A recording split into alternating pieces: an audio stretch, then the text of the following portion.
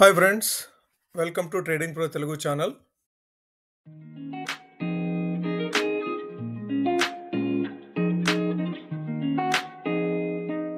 Good evening friends.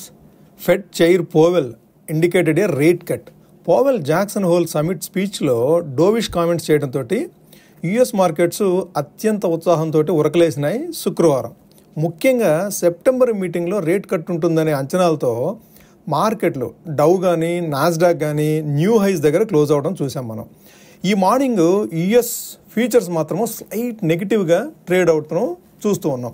మన మార్కెట్లు open అయ్యేటప్పటికి స్లైట్ నెగిటివ్గా ఉన్నాయి. అయితే యుఎస్ మార్కెట్స్ న్యూ హైస్ దగ్గర క్లోజ్ అయినప్పటికి కూడాను మ్యాగ్నిఫిషియంట్ 7 స్టాక్స్ మాత్రము అంత హై పాజిటివ్గా ట్రేడ్ అవ్వలేదు. మ్యాగ్నిఫిషియంట్ 7 స్టాక్స్ అంటే ఆల్ఫాబెట్, అదే అండి గూగుల్, అట్లానే అమెజాన్, యాపిల్, మెటా ప్లాట్ఫామ్ అంటే ఫేస్బుక్ని మెటా ప్లాట్ఫామ్గా లిస్ట్ అయి ఉంటుంది నాస్డాక్లో, మైక్రోసాఫ్ట్, ఎన్విడియా అండ్ టెస్లా. అయితే ఒక్క టెస్లా మాత్రము రేట్ కట్ న్యూస్ తోటి పాజిటివ్గా క్లోజ్ అవ్వడం చూసాం. సో ఓవరాల్గా యుఎస్ మార్కెట్స్ అనేవి న్యూ హైస్ని క్రియేట్ చేసినాయి. ఇక మన మార్కెట్ల విషయానికి వస్తే ఈ వారం 4 రోజులు మాత్రమే ట్రేడింగ్ అవుతాయి. సో వెన్స్డే గణేష్ చతుర్థి సందర్భంగా హాలిడే ఉంది కదా మన మార్కెట్లకి. సో మన మార్కెట్స్లో ట్రేడ్ చేసేవాళ్ళు కాస్త కేర్ఫుల్గా పొజిషన్స్ ప్లేస్ చేసుకోవాలి ట్యూస్డే క్లోజింగ్ టయానికి. ఎందుకంటే 27 ఆగస్టు యుఎస్ నుంచి అడిషనల్ టారిఫ్స్ గురించి ఒక నిర్ణయం ఉండొచ్చు. అది కొద్ది రోజులు పాస్ చేస్తారా, లేదంటే ముందుగా ప్రకటించినట్లుగానే అడిషనల్ టారిఫ్స్ని ముందుకు తీసుకెళ్ళి ఇప్పుడున్న 25% టారిఫ్తో పాటుగా ఇంకొక 25% అంటే ఓవరాల్గా 50% టారిఫ్ తోటి ముందుకెళ్తారా అనేది మనం గమనించాల్సి ఉంది. అయితే మన మార్కెట్లో మాత్రము కొద్దో గొప్ప ప్రిపేర్డ్గానే ఉన్నట్లు కనబడుతుంది. కొంతవరకు ఆ ఫ్యాక్టర్ను కూడాను డిస్కౌంట్ చేసినట్లుగానే ఉంది. కానీ మెయిన్ యాక్టివిటీ రోజు మాత్రము రియాక్షన్ అనేది ఉంటుంది కదా, అది థర్స్డే ఉంటుంది మన మార్కెట్లో. కాబట్టి ట్యూస్డే పొజిషన్స్ లైట్గా పెట్టుకోవడం అనేది కాస్త వైజ్ డెసిషన్ అవుతుందని చెప్పుకోవచ్చు మనం. ఈరోజు మార్కెట్ల విషయానికి వస్తే సెన్సెక్స్ 328 పాయింట్లు లాభపడి 81,636 దగ్గర క్లోజ్ అయితే, నిఫ్టీ 98 పాయింట్లు లాభపడి 24,968 దగ్గర క్లోజ్ అయింది. వేరాజ్ బ్యాంక్ నిఫ్టీ 10 పాయింట్లు నష్టపోయి 55,139 దగ్గర క్లోజ్ అయింది. ఈరోజు ట్రేడింగ్లో నిఫ్టీ సుమారుగా 80 పాయింట్ల వరకు పాజిటివ్గా ఓపెన్ అయినప్పటికి కూడా ఒక 50 పాయింట్లు అక్కడి నుంచి స్లిప్ అవుతూ 24,900 లెవెల్స్ కంటే బిలో మూవ్ అయింది మార్నింగ్ అవర్స్లో. కానీ అక్కడి నుంచి రికవరీ అవుతూ 25,000ని మరలా ఒకసారి టెస్ట్ చేసింది. 25,020ని కూడాను ఒకసారి టెస్ట్ చేసింది. అయితే దీనికి భిన్నంగా బ్యాంక్ నిఫ్టీ మాత్రము ఓపెనింగ్ నెగిటివ్గా అవుతూ, అంటే జస్ట్ ఫ్లాట్ 1 పాయింట్ 2 పాయింట్ నెగిటివ్గా ఓపెన్ అవుతూ అక్కడి నుంచి చాలా ఫ్లాట్గా ట్రేడ్ అవుతూ వచ్చింది చాలాసేపటి వరకు కూడాను. ఎండ్ ఆఫ్ ద డే వచ్చేటప్పటికి నెగిటివ్గా క్లోజ్ అయింది. ఈరోజు సెన్సెక్స్ నిఫ్టీ పాజిటివ్గా క్లోజ్ అయితే బ్యాంక్ నిఫ్టీ మాత్రము ఈరోజు నెగిటివ్గా క్లోజ్ అయింది. ఓకే, ఈరోజు మార్కెట్లో ఉన్న న్యూస్ ప్రకారం చూస్తే ఎన్ఎస్సి అనౌన్స్మెంట్ చేయడం జరిగింది. సెప్టెంబర్ 30th నుంచి నిఫ్టీ 50లో InterGlobe Aviation, IndiGo, Max Healthcare Institute Limited, Max Health 2 add అవుతాయని, అట్లానే Hero MotoCorp and IndusInd Bank 2 కూడాను నిఫ్టీ 50లోంచి ఎగ్జిట్ అవుతాయి. ఇది సెప్టెంబర్ 30th జరుగుతుందన్నమాట. ఈ ఇండెక్స్ రీజిగ్లో భాగంగా ఈ 2 స్టాక్స్ ఇంక్లూడ్ అవటం, ఆ 2 స్టాక్స్ ఎగ్జిట్ అవడం. దీంతో ఫండ్స్ ఫ్లో ఎప్పటి వరకు అయితే దేంట్లో ఉందో, హీరో మోటోకార్ప్లో కానీ ఇండస్ఇండ్ బ్యాంక్లో కానీ ఏదైతే ఫండ్స్ ఫ్లో ఉందో ఆ ఫ్లో ఇప్పుడు కాస్త అవుట్ఫ్లో అయ్యే అవకాశం ఉంది. అట్లానే ఇండిగో కానీ మ్యాక్స్ హెల్త్ కేర్లో కానీ కాస్త ఇన్ఫ్లో ఉండే అవకాశం ఉంది.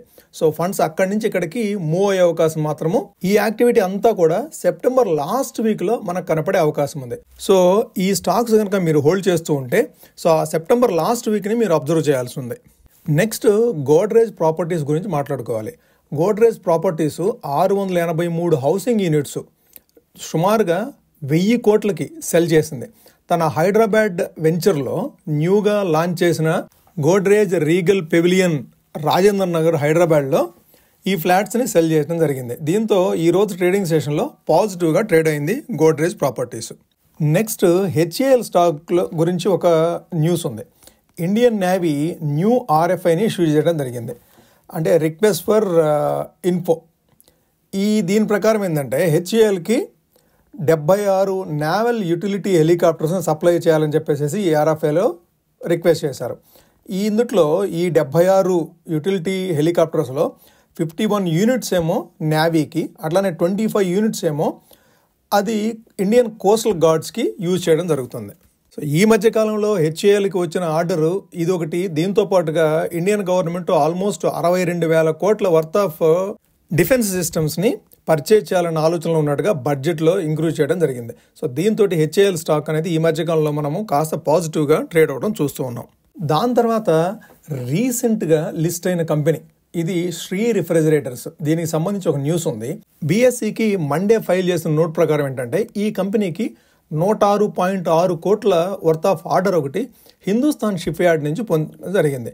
ఈ ఆర్డర్ ప్రకారం వీళ్ళు 5 షిప్స్కి, హిందుస్థాన్ షిప్ యార్డ్కి సంబంధించిన 5 షిప్స్కి HVAC సిస్టమ్స్ని ఇన్స్టాల్ చేయవలసి ఉంటుంది. దీంతో శ్రీ రిఫ్రిజిరేటర్స్ అనేది 20% అప్పర్ సర్క్యూట్లో ఈరోజు క్లోజ్ అయింది. తర్వాత ఈరోజు ట్రేడింగ్ సెషన్లో ఓలా ఎలక్ట్రిక్ మొబిలిటీ కూడాను మార్నింగ్ అవర్స్లో 5% అప్ సైడ్ మూవ్ అవ్వడం చూసాం మనం. దీనికి కారణం ఏంటంటే గవర్నమెంట్ నీతి ఆయోగ్ ద్వారా ఈ 2 వీలర్ మేకర్స్ ఎవరైతే ఉన్నారో, అంటే లీడింగ్ 2 వీలర్ మేకర్స్ తోటి ఒక మీటింగ్ని ఏర్పాటు చేయాలని ఆలోచనలో ఉన్నట్లు తెలుస్తోంది. సో దీని ముఖ్య ఉద్దేశం ఏంటంటే సెంట్రల్ గవర్నమెంట్ ఈ ఈవీ 2 వీలర్స్ని, అంటే 2 వీలర్ ఎలక్ట్రిఫికేషన్కి కాస్త ఊతమిచ్చేసేసి వాటిని ప్రమోట్ చేయాలని చెప్పేసి చూస్తున్నట్లుగా తెలుస్తుంది. సో దాంతో ఈ ఎక్స్క్లూజివ్ ఎలక్ట్రిక్ 2 వీలర్ కంపెనీ అయిన ఓలా ఈరోజు మార్నింగ్ సెషన్లో 5% అప్ సైడ్ వెళ్ళి అక్కడి నుంచి స్లోగా డౌన్ అవుతూ వచ్చింది. ఈవినింగ్ క్లోజింగ్ వచ్చేటప్పటికి స్లైట్గా 1.5-2% వరకు పాజిటివ్గా క్లోజ్ అయింది. సో ఈరోజు మనం స్పెసిఫిక్గా ఒక సెక్టార్ గురించి మాట్లాడుకోవాలి. సో నిన్న పావెల్ చేసిన కామెంట్స్ తోటి, అంటే ఫ్రైడే పావెల్ చేసిన కామెంట్స్ తోటి స్టాక్ మార్కెట్స్ అన్నీ అప్ సైడ్ మూవ్ అయినాయి. అదే క్రమంలో మన ఇండిసెస్ నిఫ్టీ ఐటీ ఇండిసెస్ కూడా ఈరోజు ఆల్మోస్ట్ 2.5% కంటే అబవ్ పాజిటివ్గా మూవ్ అయింది. సో ఇన్ని రోజుల నుంచి బీట్ అండ్ డౌన్గా ఉన్న ఐటీ సెక్టారు సో ఈ కామెంట్స్ తోటి రేట్ కట్ పాసిబిలిటీ ఉంది అనే కామెంట్స్ తోటి అమెరికాలో ఆ పాసిబిలిటీ కనుకుంటే కొత్త ప్రాజెక్ట్స్ రావడానికి కానివ్వండి, కొత్త క్లయింట్స్ వీళ్ళకి రావడం కానివ్వండి జరుగుతుంది ఈ ఐటీ మార్కెట్కి సంబంధించి. సో దాంతో ఆ ఆశావహ దృక్పథంతో ఈరోజు ఐటీ సెక్టర్ చాలా పాజిటివ్గా మూవ్ అయింది. TCS అయితే 2.84% పాజిటివ్గా మూవ్ అయితే, Infosys 3%, HCL tech 2.6%, Wipro 2.09%, tech Mahindra 1.5%. ఆ ప్రకారం అన్ని ఐటీ స్టాక్స్ ఈరోజు పాజిటివ్గా మూవ్ అయినాయి. మనం కరెక్ట్గా చెప్పుకోవాలంటే ఈరోజు నిఫ్టీ పాజిటివ్గా మూవ్ అవడానికి ఈ ఐటీ సెక్టార్లో స్టాక్స్ మాత్రమే సపోర్ట్గా నిలబడ్డాయి. ఈరోజు బ్యాంకింగ్ స్టాక్స్ అన్ని కూడాను కాస్త నెగిటివ్గా క్లోజ్ అవ్వడం చూసాం. బోనస్ షేర్స్ ఇష్యూ చేస్తామని చెప్పిన HDFC బ్యాంక్ కూడాను ఈరోజు ఎవరైనా ట్రేడింగ్లో పర్చేజ్ చేస్తేనే బోనస్ ఇష్యూకి ఎలిజిబుల్ అవుతారు. అయినా కూడా ఈరోజు HDFC బ్యాంకు ఫ్లాట్ టు నెగిటివ్గా క్లోజ్ అయింది. ICICI బ్యాంక్ కానివ్వండి ఫ్లాట్ టు నెగిటివ్గా క్లోజ్ అయింది. కోటాక్ బ్యాంకు అట్లానే క్లోజ్ అయింది. సో బ్యాంకింగ్ స్టాక్స్ అన్నీ కూడా ఈరోజు అండర్ పర్ఫామ్ చేసినాయి. కానీ ఐటీ స్టాక్స్ అవుట్ పర్ఫామ్ చేయడం వల్ల ఈరోజు నిఫ్టీ కానీ సెన్సెక్స్ కానీ పాజిటివ్గా క్లోజ్ అవ్వడం జరిగింది. ఓకే, మనం బ్యాంక్ నిఫ్టీ చార్ట్స్ చూస్తూ ఈరోజు ఏ విధంగా ట్రేడ్ అయింది, అట్లానే రేపటికి ఏ విధమైన లెవెల్స్ మనం అబ్జర్వ్ చేయాలో ఒకసారి ఐడెంటిఫై చేసే ప్రయత్నం చేద్దాం. ఇది నిఫ్టీ చార్ట్ చూస్తే మీరు ఇక్కడ ఇన్సైడ్ క్యాండిల్, నిన్నటి క్యాండిల్కి ఈరోజు ఇన్సైడ్ క్యాండిల్ ఏర్పడవడం చూసాం. దీన్ని బట్టి మనం అబ్జర్వ్ చేయాల్సింది ఏంటంటే, సో దీని మెయిన్ ఇన్ఫరెన్స్ ఏంటంటే ఈ ఇన్సైడ్ క్యాండిల్ వచ్చినప్పుడు కాస్త ఈ అప్ అండ్ డౌన్, అంతకుముందు ఉన్న క్యాండిల్ అప్ కానీ డౌన్ కంటే హై కానీ లో కానీ, సో లో వచ్చేసేసి 24,865,870, సో హై వచ్చేసేసి సుమారుగా 25,080. సో ఈ 2 లెవెల్స్ మధ్యలో కన్సాలిడేట్ అయ్యే అవకాశం ఎక్కువ కనపడుతుంది. ఒకవేళ బ్రేక్అవుట్ ఇచ్చి అప్ సైడ్ మూవ్ అయితే, అప్ సైడ్ మూవ్ అయితే స్ట్రాంగ్ అప్ సైడ్ వెళ్తుంది, డౌన్ సైడ్ మూవ్ అయితే స్ట్రాంగ్ డౌన్ సైడ్ మూవ్ అవుతుంది. ఓకే, ఇది మనం అర్థం చేసుకోవాల్సింది ఇన్సైడ్ క్యాండిల్కి సంబంధించి. ఓకే, సో మనం సపోర్ట్ అండ్ రెసిస్టెన్స్ అబ్జర్వ్ చేయాలంటే స్టిల్ ఈ 25,020 అనేది స్టిల్ రెసిస్టెన్స్. ఈరోజు కూడాను మీరు హై చూస్తే 25,021, అంటే ఆ హై దగ్గరికి వెళ్ళి మరలా ఒకసారి రివర్స్ అయింది. సో క్లోజింగ్ మాత్రము 24,967, అంటే హై నుంచి ఒక 55-60 పాయింట్లు డౌన్లో క్లోజ్ అయింది.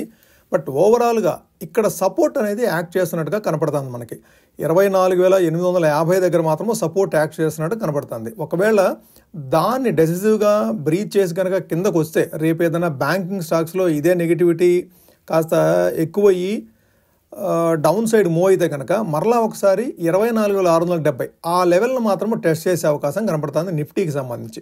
ఓకే, ప్రస్తుతం అయితే మనం అబ్జర్వ్ చేయాల్సింది 24,850 డౌన్ సైడు, అప్ సైడ్ వచ్చేసేసి 25,020. ఓకే, ఈ రెండు లెవెల్స్ మనం అబ్జర్వ్ చేయాలి నిఫ్టీకి సంబంధించి. అదే బ్యాంక్ నిఫ్టీ విషయానికి వస్తే ఈ బిగ్ రెడ్ క్యాండిల్ తర్వాత సో లోయర్ సైడ్, సో ఈ క్యాండిల్ కంటే లోయర్ సైడ్ ఈరోజు లో ఫామ్ చేసింది. ఈరోజు లో వచ్చేసేసి 55,048, హై వచ్చేసేసి 55,306, కానీ క్లోజింగ్ 55,139, అంటే లోయర్ సైడ్కి దగ్గరగా క్లోజ్ అయింది. సో ఈరోజు బ్యాంకింగ్ స్టాక్స్లో ఈ రీజన్ ఏంటో కరెక్ట్గా అయితే నేను న్యూస్లో చూసినా కానీ ఏ రీజనో నాకు ప్రాపర్గా అర్థం కాలేదు, కానీ బ్యాంకింగ్ స్టాక్స్ మాత్రం ఈరోజు బాగా నెగిటివ్గా ట్రేడ్ అయినాయి. మనం ప్రస్తుతం ఈ ట్రేడింగ్ రేంజ్ ప్రకారం చూస్తే కనుక మనకి 55,600 హయ్యర్ సైడ్ రెసిస్టెన్స్ అవుతుంది, లోయర్ సైడు 54,900 అవుతుంది. సో ఇంకొకటి మనం గుర్తుపెట్టుకోవాల్సిన విషయం ఏంటంటే వెన్స్డే హాలిడే ఉండింది, థర్స్డే ఈ బ్యాంక్ నిఫ్టీ కానీ నిఫ్టీ కానీ మంత్లీ ఎక్స్పైరీస్ ఉన్నాయి. సో పైగా వెన్స్డే మనకి 27th ఆగస్టు ఈ న్యూ టారిఫ్కి సంబంధించి, అంటే అడిషనల్ టారిఫ్ ఏదైతే 25% అడిషనల్ టారిఫ్కి సంబంధించి న్యూస్ ఉంటుంది కాబట్టి మన మార్కెట్స్ థర్స్డే ఓపెనింగ్ టయానికి ఆ న్యూస్కి సంబంధించిన వాలటిలిటీ ఉండే అవకాశం ఉంది. సో ఎవరైనా ట్రేడింగ్ తీసుకోవాలి, పొజిషన్స్ తీసుకోవాలి ఈ నిఫ్టీలో కానీ బ్యాంక్ నిఫ్టీలో కానీ థర్స్డే ఎక్స్పైరీకి సంబంధించి పొజిషన్స్ తీసుకోవాలి అంటే చాలా కేర్ఫుల్గా పొజిషన్స్ తీసుకోండి. బెటర్ మీరు ఈ ఒక్కరోజు అవాయిడ్ చేయడమే బెటర్. ఎందుకంటే తర్వాత రోజుల్లో వచ్చే అవకాశాలను మీరు అందిపుచ్చుకోవాలి అంటే మీరు నష్టాల్లోకి జారుకోకుండా ఉండాలి. నష్టాల్లోకి జారుకోకుండా ఉండాలంటే ఇటువంటి అన్సర్టన్ సిచ్యువేషన్స్లో మీరు పొజిషన్స్ తీసుకోకుండా ఉండడం బెటర్.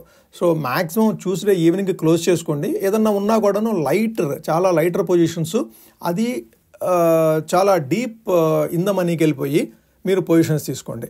ఓకే, సో ఇది నిఫ్టీ బ్యాంక్ నిఫ్టీకి సంబంధించిన లెవెల్స్. ఓకే, ఈరోజు మనం మాట్లాడుకోబోయే స్టాకు దేవ్యాని ఇంటర్నేషనల్. సో ఈ స్టాకు చాలా రోజులుగా కన్సల్టేషన్ అవుతాం చూస్తూ ఉన్నాం మనము.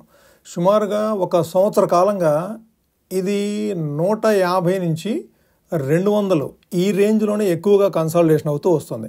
ఇప్పుడు ప్రస్తుతం వచ్చేసేసి 168 లెవెల్స్ దగ్గర ట్రేడ్ అవుతూ ఉంది.